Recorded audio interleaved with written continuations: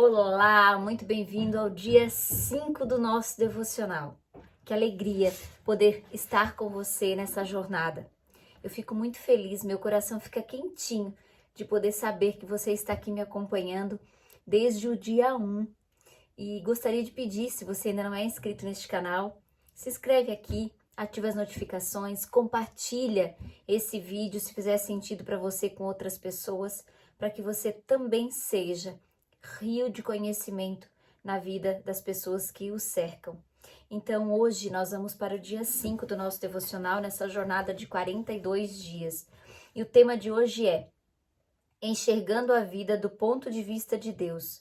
Olha que forte isso. Enxergando a vida do ponto de vista de Deus.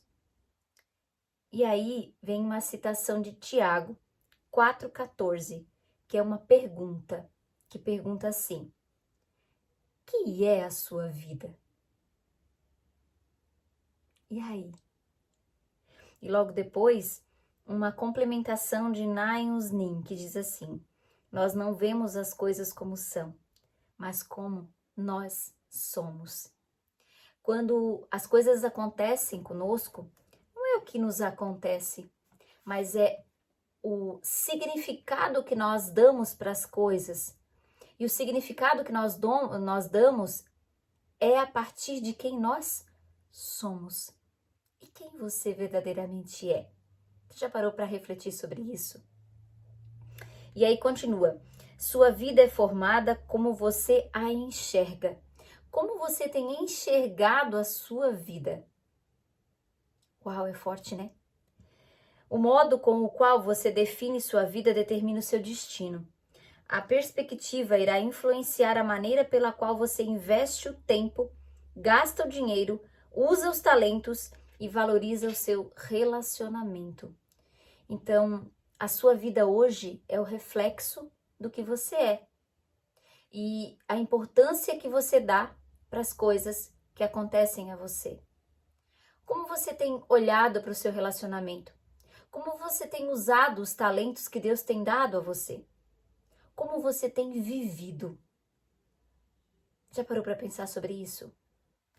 E continua: uma das melhores maneiras de compreender as pessoas é perguntando-lhes: como você vê a vida? E aí você vai ouvir as mais diferentes respostas. Como você vê a vida? Tem pessoas que veem a vida de uma maneira muito nobre. Tem pessoas que veem a vida de uma maneira medíocre, mesquinha. E como você vê a vida? E continua: dessa forma, descobrirá que existem tantas respostas diferentes quanto existem pessoas. Já me disseram que a vida é um circo, um campo minado, uma montanha-russa, um quebra-cabeça, uma sinfonia, uma jornada, uma dança. Muitas respostas virão se você perguntar para as pessoas que você conhece. As pessoas dizem: a vida é um carrossel, às vezes você está em cima, às vezes embaixo, e algumas vezes você fica apenas dando voltas. Ou ainda, a vida é uma bicicleta de 10 marchas, como engrenagens que nunca usamos. Ou a vida é um jogo de cartas, você tem de jogar com o que tem na mão. Será mesmo? Pense sobre isso. E se eu perguntasse como você imagina a vida, que imagem lhe viria à mente? Como você queria que a sua vida fosse? Qual a imagem que viria? Essa imagem é uma metáfora da sua vida. É assim que você a enxerga, consciente ou inconscientemente. É a sua descrição de como funciona a vida e o que você espera dela. As pessoas frequentemente expressam suas metáforas da vida por meio de roupas, joias, carros, penteados, adesivos e até mesmo tatuagens. Existem pessoas que verdadeiramente querem chamar a atenção dos outros ou de alguém específico e aí não sabe quem é e acha que é aquilo que veste, aquilo que tatua, aquilo que usa. Já parou para pensar nisso? E o autor ainda continua: essa metáfora secreta da vida influencia sua vida mais do que você pode perceber. Consultoras de imagem costumam dizer que quando nós olhamos para o nosso guarda-roupa e dizemos assim, nada disso mais faz sentido para mim, ou eu não tenho nada para vestir e o seu guarda-roupa está cheio, é porque você mudou aqui dentro. E aí aquela imagem já não condiz mais com quem você é. Isso explica essa metáfora. Você só coloca para fora aquilo que você tem aqui dentro. Então, como você vê a vida, é como a vida é para você. Se você fechar os seus olhos e colocar uma pergunta no seu pensamento, como é a minha vida? Vai aparecer uma imagem. E é esta imagem que para você, consciente ou inconscientemente, é a sua vida. Olha só que forte isso.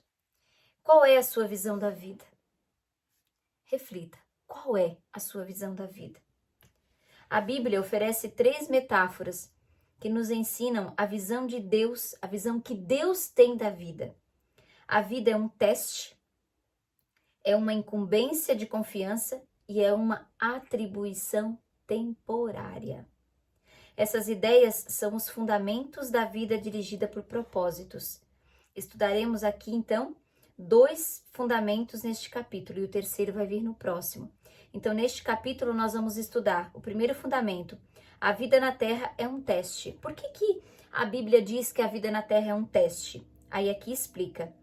Essa metáfora da vida é vista nas histórias relatadas em toda a Bíblia.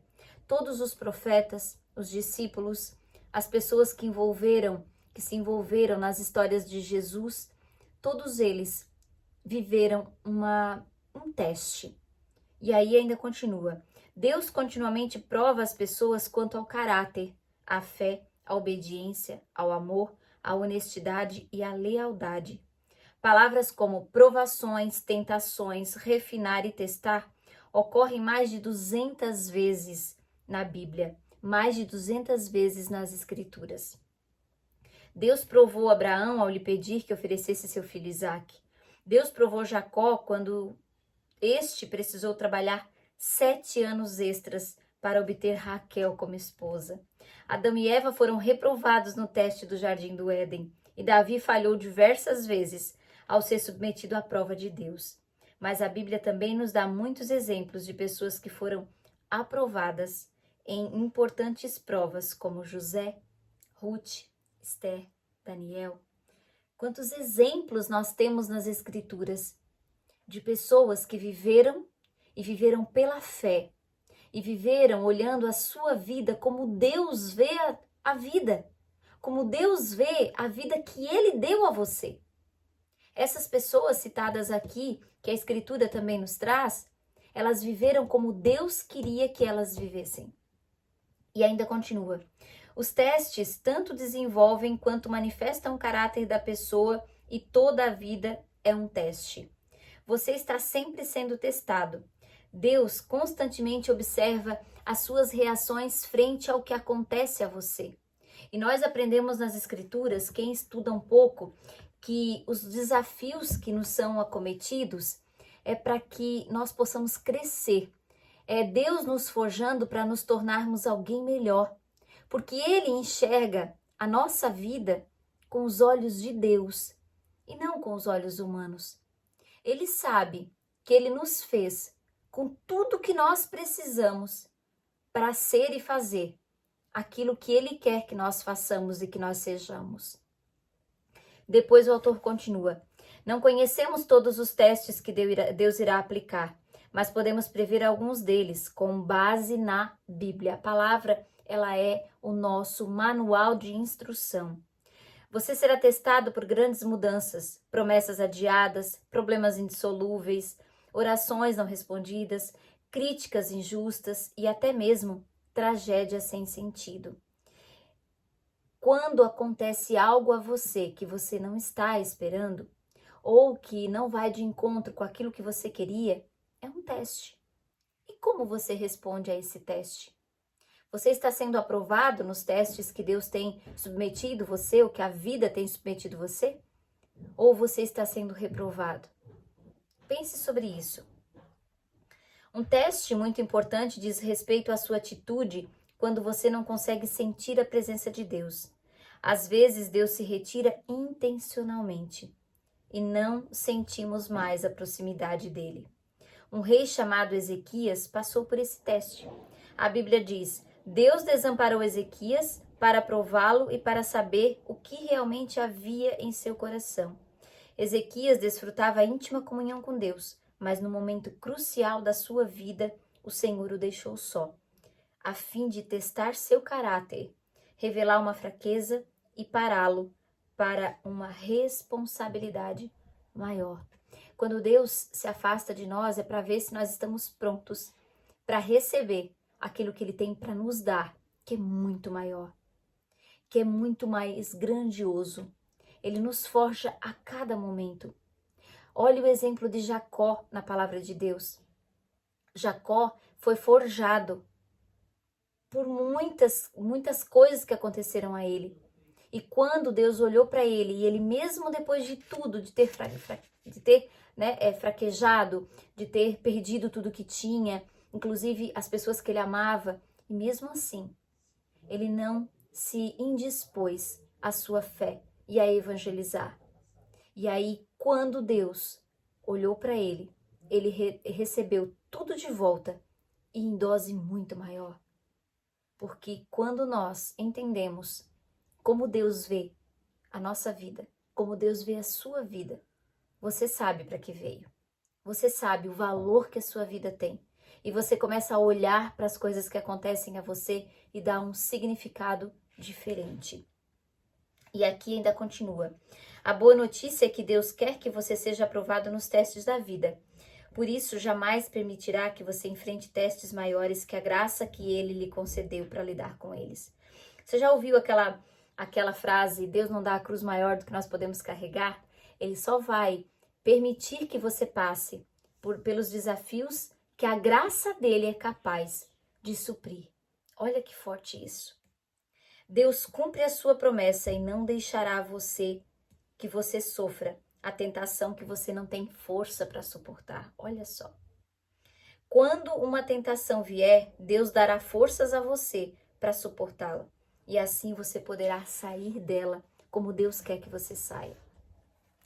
E depois vem, A vida na terra é um cargo de confiança, ou seja, um ato de fé. Essa é uma segunda metáfora que a Bíblia da vida nos dá. Nosso tempo neste mundo, bem como a energia, a inteligência, as oportunidades, os relacionamentos, os recursos, são dádivas que Deus nos dá. Ele nos confiou para nós cuidarmos e administrarmos, mas não é nosso. Tudo isso que Ele nos deu, que Ele nos confiou, que Ele nos confia porque estamos aqui, não é nosso, é tudo dele. Nós só estamos fazendo uso enquanto estamos aqui. Quando nós partimos para a casa do Pai, tudo isso vai ficar, porque tudo isso é dele. Quando nós entendemos isso, nós entregamos uma empresa aos serviços do Senhor. Nós entregamos a nossa família para o Senhor, porque nós só estamos cuidando e administrando e fazendo o melhor que nós podemos. De fato, jamais possuímos realmente alguma coisa durante nosso breve período de vida. Deus apenas nos empresta a terra enquanto nós vivemos aqui. Ele nos empresta os filhos que são deles, não são nossos, são dele, não são nossos. Ele nos empresta uma casa, um carro, um trabalho, a inteligência, a virtude, o talento, a voz, a audição, a visão.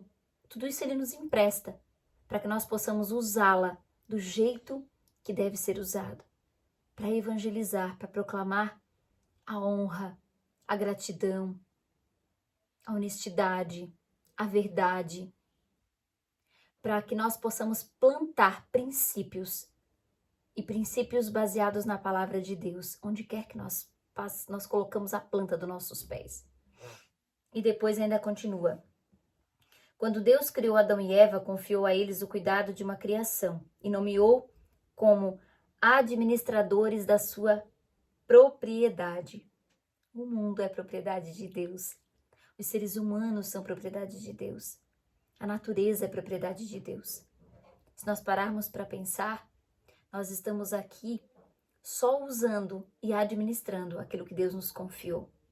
Quando a gente diz, isso é meu, nós estamos tendo uma atitude egoísta eu só estou tendo emprestado. E aí ainda continua. A Bíblia diz: Deus os abençoou dizendo: tenho muitos e muitos filhos, espalhem-se por toda a terra e a dominem, e tenham poder sobre os peixes do mar, sobre as aves que voam no ar e sobre os animais que se arrastam pelo chão. A primeira tarefa que Deus deu aos humanos foi administrar e cuidar das coisas dele. E nós temos que ter este entendimento de não sermos egoístas, de não sermos mesquinhos e dizer isso não é meu, eu só administro e cuido. Nossos valores culturais dizem: se você não é dono, não terá cuidado. Mas os cristãos vivem por um padrão mais elevado. Visto que Deus é o dono, devo cuidar da melhor forma possível. Se Deus é dono da natureza, eu tenho que cuidar da melhor forma possível. Se Deus é dono dos meus filhos, eu tenho que cuidar da melhor forma possível. Se Deus é dono da minha vida e do meu marido, eu tenho que cuidar da melhor forma possível. Olha só que forte. E depois ainda tem a parábola dos talentos, quando o homem de negócios confiou a sua riqueza aos cuidados de um servo enquanto ele estava fora. E o que aconteceu, né? Quando ele retornou, ele foi avaliar esses servos para ver o que eles fizeram com os talentos. E a um deles, um servo, né, que multiplicou os talentos, o Senhor disse, né, o seu Senhor disse: muito bem, servo bom e fiel, você foi fiel no pouco e eu porei muito sobre você. Venha e participe da alegria do seu Senhor. O que o servo fez? Ele usou, ele administrou o talento que o Senhor deu a ele. Então, nós precisamos entender que a nossa vida é um dom de Deus. E Deus, a nossa vida é dele, nós só somos administradores. A maioria das pessoas não percebe que o dinheiro é tanto um teste como um cargo de confiança, designado por Deus, que usa a área financeira para nos ensinar a confiar nele. Muitas pessoas hoje colocam o dinheiro como seu Deus. Você, eu, que somos cristãos, temos que olhar para o dinheiro como uma energia que Deus nos dá, é sobrenatural, o dinheiro é uma energia sobrenatural e que o dinheiro tem que estar no nosso bolso, ou seja, ele tem que ser nosso servo, ele tem que vir, nós temos que fazer dinheiro, ele vir para nós para nos servir. O nosso Deus não é o dinheiro, o nosso Deus é Deus, único, Redentor, Salvador e Trino. Lembre-se disso, o dinheiro é servo, ele veio para nos servir, ele não é o nosso Deus. E Deus nos testa com o dinheiro que ele nos dá ou não. Então preste atenção como você está lidando com a sua área financeira. Uma verdade fundamental. Deus diz que há um relacionamento direto entre a forma de eu utilizar meu dinheiro e o nível de minha vida espiritual. Olha só, dinheiro é uma energia espiritual. O modo de eu administrar o dinheiro, ou seja, as riquezas deste mundo, determina quanto Deus pode confiar a mim as bênçãos espirituais, riquezas verdadeiras. Quando nós falamos de riqueza, de abundância, não necessariamente se fala de dinheiro, mas todas as riquezas que nós temos, que muitas vezes o dinheiro não pode comprar. Depois ainda continua: deixe-me perguntar, a forma de você administrar seu dinheiro está impedindo Deus de fazer mais em sua vida? Podem ser confiadas a você as riquezas espirituais? Como você administra o seu dinheiro? Você está sendo refém do seu dinheiro? Você está olhando para o seu dinheiro como seu Deus e só fazendo dinheiro, sem usufruir, sem partilhar, sem doar? Se você faz isso, Deus não vai confiar a você as riquezas espirituais e não vai encher as suas talhas, porque você não soube administrar, você não passou no teste. Então preste atenção, o que você está fazendo com as coisas que Deus dá a você para você administrar. E aí vem uma citação que diz assim: Jesus disse: a quem muito foi dado, muito será exigido, e a quem muito foi confiado, muito mais será pedido. A vida é um teste e um carro de confiança, e quanto mais Deus lhe dá, mais responsável ele espera que você seja. Então fique atento. Deus dá a você a confiança para administrar aquilo que é dele. Preste atenção como você está administrando, seja a sua vida financeira, seja a sua vida conjugal, seus relacionamentos, seja o seu talento, como você está administrando o que Deus deu a você. E aí vem as perguntas. O tema para reflexão é: a vida é um teste e um cargo de confiança. E o versículo para memorizar: quem é fiel nas coisas pequenas, também será nas coisas grandes. E vem a pergunta: o que me aconteceu recentemente que agora percebo ter sido um teste de Deus? Quais são as tarefas mais importantes que Deus me confiou? Olha só que perguntas fortes para você responder. E esse versículo para memorizar: seja fiel nas coisas pequenas. Seja fiel a cada confiança que Deus lhe deu e lhe atribuiu, para que Ele cada vez mais entregue a você riquezas espirituais, porque Ele, lembre-se, é o Senhor e é o Rei, é o dono do ouro e da prata. E você é herdeiro do trono, você é filho deste Rei, e Ele deu a você, confiou a você, para você administrar toda a riqueza dele. E deu muito mais, deu a sua vida. Olhe para ela, identifique o que você está fazendo com a sua vida. Pense nisso, reflita sobre isso e nos vemos então no dia 6, amanhã, para continuar o nosso devocional. Vejo você amanhã. Até mais.